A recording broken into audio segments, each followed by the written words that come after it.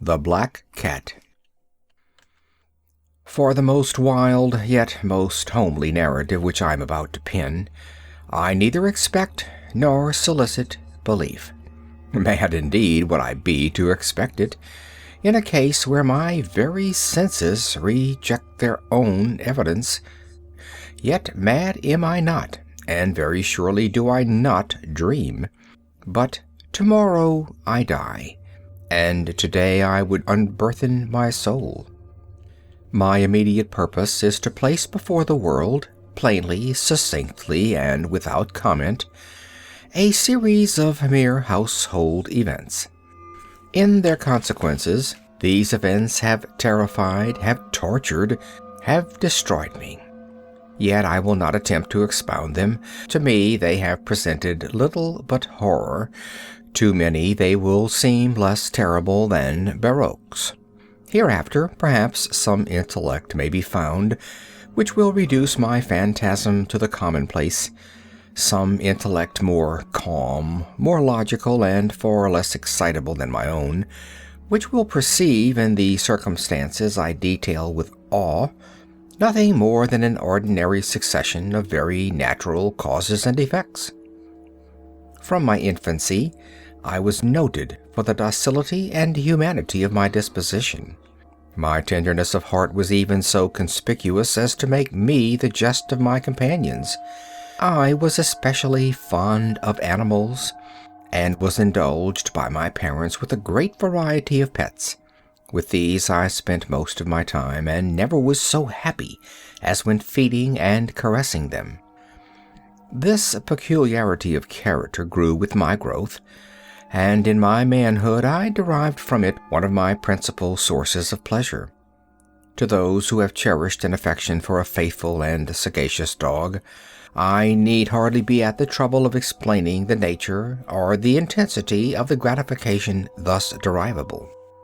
There is something in the unselfish and self-sacrificing love of a brute which goes directly to the heart of him who has had frequent occasion to test the paltry friendship and gossamer fidelity of mere man. I married early, and was happy to find in my wife a disposition not uncongenial with my own. Observing my partiality for domestic pets, she lost no opportunity of procuring those of the most agreeable kind. We had birds, goldfish, a fine dog, rabbits, a small monkey, and a cat.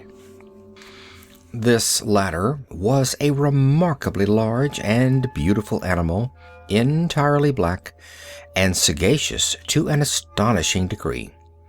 In speaking of his intelligence, my wife, who at heart was not a little tinctured with superstition, made frequent allusion to the ancient popular notion which regarded all black cats as witches in disguise. Not that she was ever serious upon this point, and I mention the matter at all for no better reason than that it happens just now to be remembered. Pluto, this was the cat's name, was my favorite pet and playmate. I alone fed him, and he attended me wherever I went about the house. It was even with difficulty that I could prevent him from following me through the streets. Our friendship lasted in this manner for several years, during which my general temperament and character, through the instrumentality of the fiend intemperance, had, I blush to confess it, experienced a radical alteration for the worse. I grew, day by day, more moody, more irritable, more regardless of the feelings of others. I suffered myself to use intemperate language to my wife. At length I even offered her personal violence. My pets, of course, were made to feel the change in my disposition. I not only neglected but ill-used them. For Pluto, however, I still retained sufficient regard to restrain me from maltreating him, as I made no scruple of maltreating the rabbits, the monkey, or even the dog, when by accident or through affection they came in my way. But my disease grew upon me, for what disease is like alcohol? And at length even Pluto, who was now becoming old and consequently somewhat peevish, even Pluto began to experience the effects of my ill temper. One night, returning home much intoxicated from one of my haunts about town, I fancied that the cat avoided my presence. I seized him when, in his fright at my violence, he inflicted a slight wound upon my hand with his teeth. The fury of a demon instantly possessed me. I knew myself no longer. My original soul seemed at once to take its flight from my body, and a more than fiendish malevolence, Jinn nurtured, thrilled every fiber of my frame.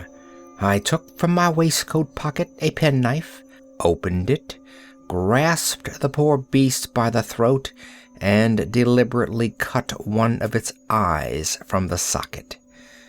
I blush, I burn, I shudder while I pen the damnable atrocity. When reason returned with the morning, when I had slept off the fumes of the night's debauch, I experienced a sentiment half of horror, half of remorse, for the crime of which I had been guilty, but it was at best a feeble and equivocal feeling, and the soul remained untouched. I again plunged into excess, and soon drowned in wine all memory of the deed. In the meantime, the cat slowly recovered. The socket of the lost eye presented, it is true, a frightful appearance, but he no longer appeared to suffer any pain. He went about the house as usual, but, as might be expected, fled in extreme terror at my approach. I had so much of my old heart left as to be at first grieved by this evident dislike on the part of a creature which had once so loved me. But this feeling soon gave place to irritation, and then came, as if to my final and irrevocable overthrow, the spirit of perverseness. Of this spirit, philosophy takes no account. Yet I am not more sure that my soul lives than I am that perverseness is one of the primitive impulses of the human heart, one of the indivisible primary faculties, or sentiments, which give direction to the character of man. Who has not 100 times found himself committing a vile or a silly action for no other reason than because he knows he should not? Have we not a perpetual inclination, in the teeth of our best judgment, to violate that which is law, merely because we understand it to be such? This spirit of perverseness, I say, came to my final overthrow. It was this unfathomable longing of the soul to vex itself, to offer violence to its own nature, to do wrong for the wrong's sake only, that urged me to continue and finally to consummate the injury I had inflicted upon the unoffending brute.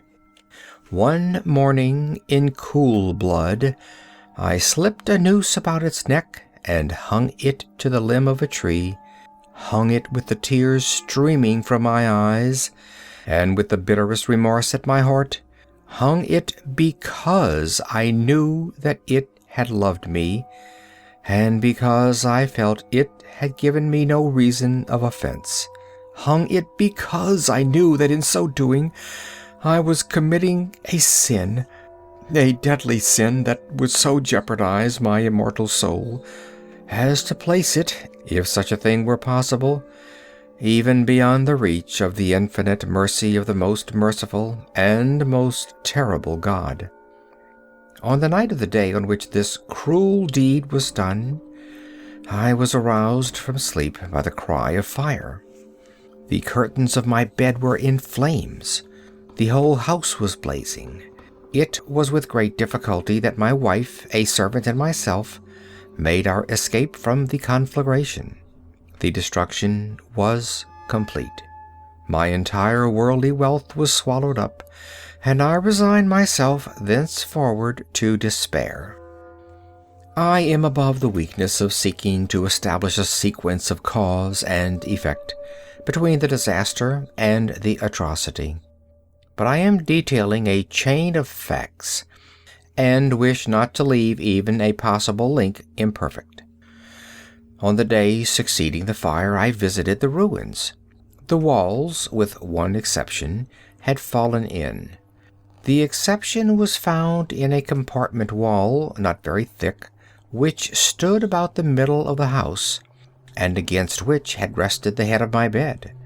The plastering had here, in great measure, resisted the action of the fire, a fact which I attributed to its having been recently spread. About this wall a dense crowd were collected, and many persons seemed to be examining a particular portion of it with very minute and eager attention. The words "strange," "singular," and other similar expressions excited my curiosity. I approached and saw, as if graven in bas-relief upon the white surface, the figure of a gigantic cat. The impression was given with an accuracy truly marvelous. There was a rope about the animal's neck. When I first beheld this apparition, for I could scarcely regard it as less, my wonder and my terror were extreme. But at length reflection came to my aid. The cat, I remembered, had been hung in a garden adjacent to the house. Upon the alarm of fire, this garden had been immediately filled by the crowd, by someone of whom the animal must have been cut from the tree and thrown through an open window into my chamber. This had probably been done with the view of arousing me from sleep. The falling of other walls had compressed the victim of my cruelty into the substance of the freshly spread plaster, the lime of which, with the flames and the ammonia from the carcass, had then accomplished the portrait as I saw it. Although I thus readily accounted to my reason, if not altogether to my conscience, for the startling fact just detailed, it did not the less fail to make a deep impression upon my fancy. For months I could not rid myself of the phantasm of the cat, and during this period there came back into my spirit a half-sentiment that seemed, but was not, remorse. I went so far as to regret the loss of the animal, and to look about me among the vile haunts which I now habitually frequented for another pet of the same species and of somewhat similar appearance with which to supply its place.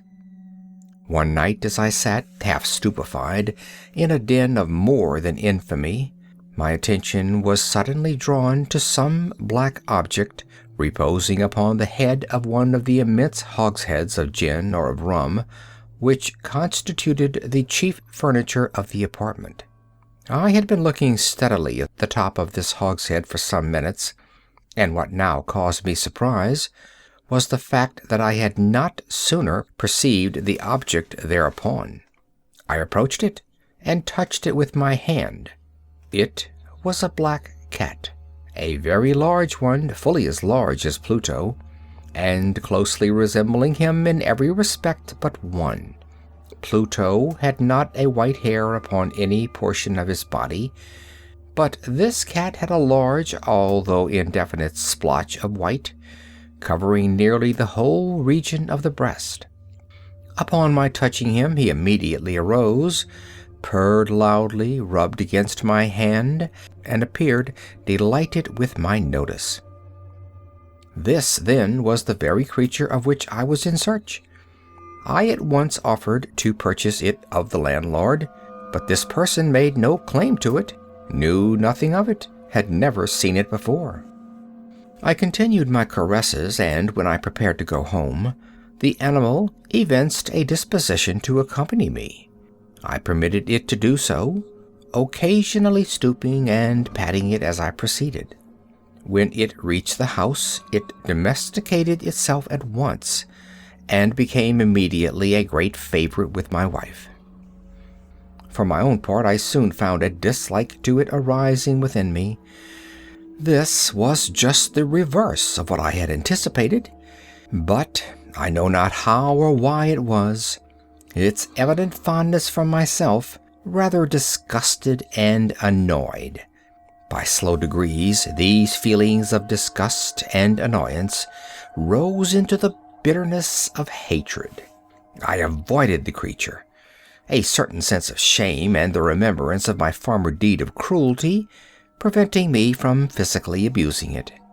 I did not, for some weeks, strike or otherwise violently ill-use it, but gradually, very gradually, I came to look upon it with unutterable loathing, and to flee silently from its odious presence as from the breath of a pestilence.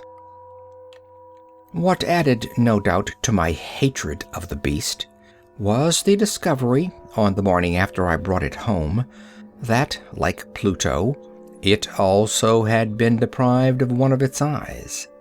This circumstance, however, only endeared it to my wife, who, as I have already said, possessed, in a high degree, that humanity of feeling which had once been my distinguishing trait and the source of many of my simplest and purest pleasures. With my aversion to this cat, however, its partiality for myself seemed to increase. It followed my footsteps with a pertinacity which it would be difficult to make the reader comprehend. Whenever I sat, it would crouch beneath my chair or spring upon my knees, covering me with its loathsome caresses. If I arose to walk, it would get between my feet and thus nearly throw me down, or, fastening its long and sharp claws in my dress, clamber in this manner to my breast. At such times, although I longed to destroy it with a blow, I was yet withheld from doing so, partly by a memory of my former crime, but chiefly, let me confess it at once, by absolute dread of the beast. This dread was not exactly a dread of physical evil, and yet I should be at a loss how otherwise to define it. I am almost ashamed to own, yes, even in this felon's cell, I am almost ashamed to own that the terror and horror with which the animal inspired me had been heightened by one of the merest chimeras it would be possible to conceive. My wife had called my attention more than once to the character of the mark of white hair of which I have spoken, and which constituted the sole visible difference between the strange beast and the one I had destroyed. The reader will remember that this mark, although large, had been originally very indefinite, but by slow degrees nearly imperceptible, and which for a long time my reason struggled to reject as fanciful, it had at length assumed a rigorous distinctness of outline. It was now the representation of an object that I shudder to name, and for this, above all, I loathed and dreaded, and would have ridden myself of the monster had I dared. It was now, I say, the image of a hideous, of a ghastly thing, of the gallows. Oh, mournful and terrible engine of horror and of crime, of agony and of death. And now was I indeed wretched beyond the wretchedness of mere humanity, and a brute beast whose fellow I had contemptuously destroyed, a brute beast to work out for me a man fashioned in the image of the high God, so much of insufferable woe. Alas! Neither by day or by night knew I the blessing of rest any more. During the former, the creature left me no moment alone, and in the latter I started hourly from dreams of unutterable fear to find the hot breath of the thing upon my face, and its vast weight, an incarnate nightmare that I had no power to shake off, incumbent eternally upon my heart. Beneath the pressure of torments such as these, the feeble remnant of the good within me succumbed. Evil thoughts became my sole intimate, the darkest and most evil of thoughts. The moodiness of my usual temper increased to hatred of all things and of all mankind, while from the sudden, frequent, and ungovernable outbursts of a fury to which I now blindly abandoned myself, my uncomplaining wife, alas, was the most usual and the most patient of sufferers. One day she accompanied me upon some household errand into the cellar of the old building which our poverty compelled us to inhabit.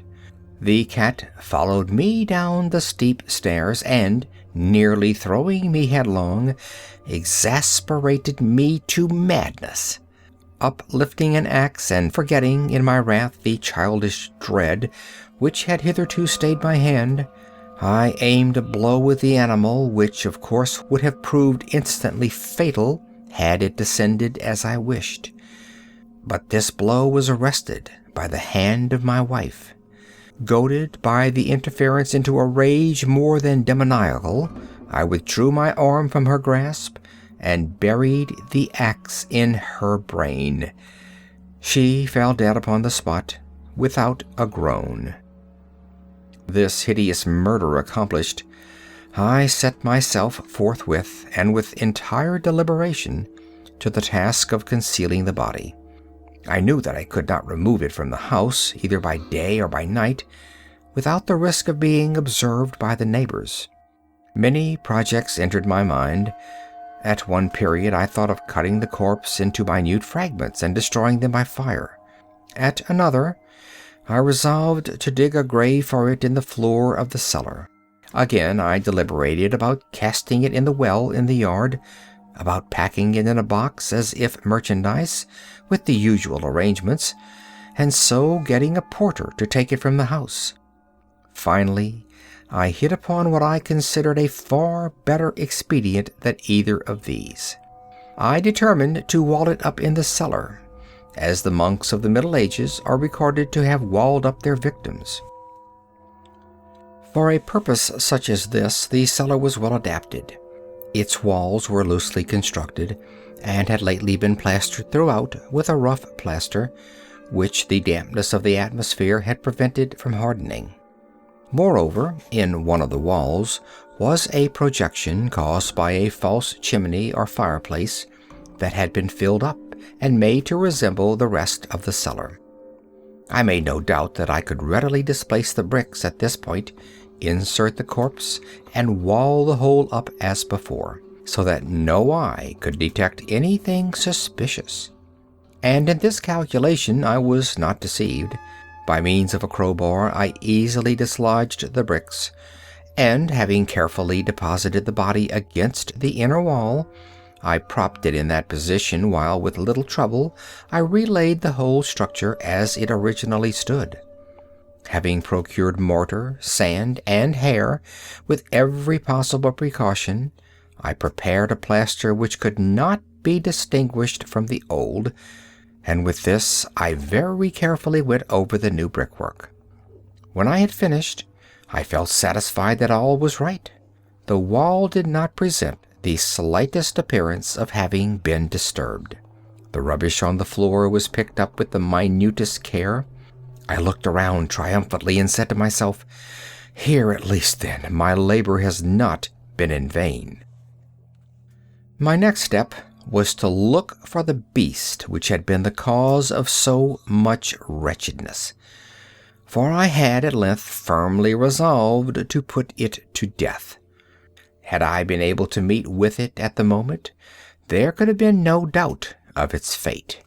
But it appeared that the crafty animal had been alarmed at the violence of my previous anger, and forbore to present itself in my present mood.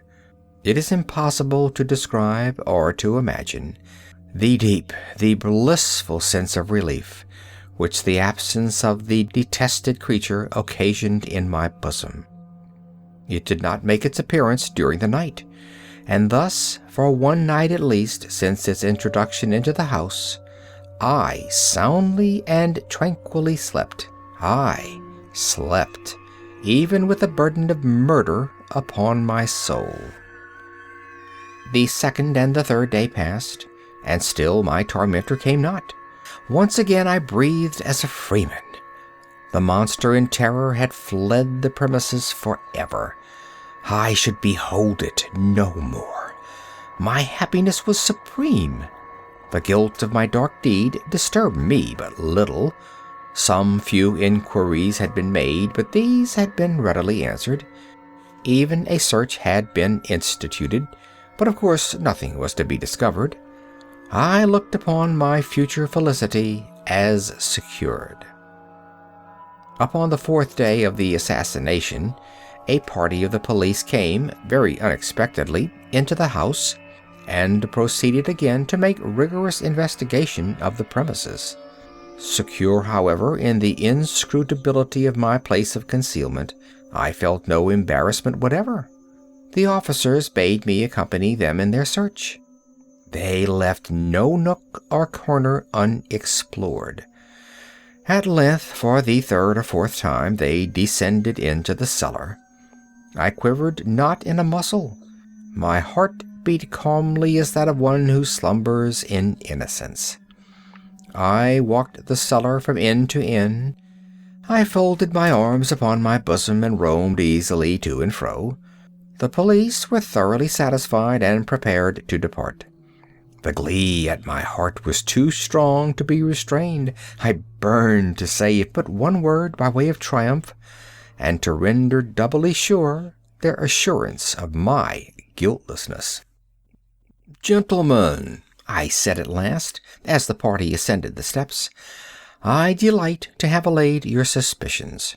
I wish you all health and a little more courtesy. By the by, gentlemen, this is a very well-constructed house." In the rabid desire to say something easily, I scarcely knew what I uttered at all. I may say an excellently well-constructed house. These walls— Are you going, gentlemen? These walls are solidly put together.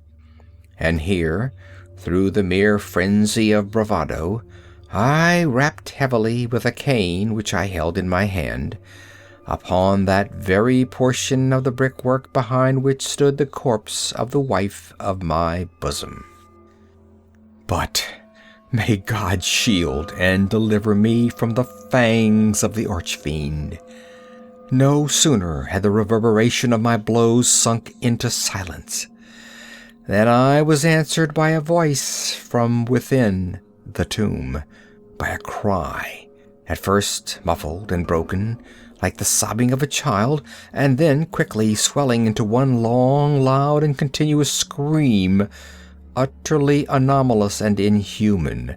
A howl, a wailing shriek, half of horror and half of triumph, such as might have arisen only out of hell, conjointly from the throats of the damned in their agony and of the demons that exult in the damnation.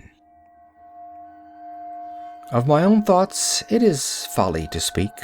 Swooning, I staggered to the opposite wall. For one instant the party upon the stairs remained motionless, through extremity of terror and of awe. In the next, a dozen stout arms were toiling at the wall. It fell bodily. The corpse, already greatly decayed and clotted with gore, stood erect before the eyes of the spectators. Upon its head, with red extended mouth and solitary eye of fire, sat the hideous beast whose craft had seduced me into murder, and whose informing voice had consigned me to the hangman. I had walled the monster up within the tomb.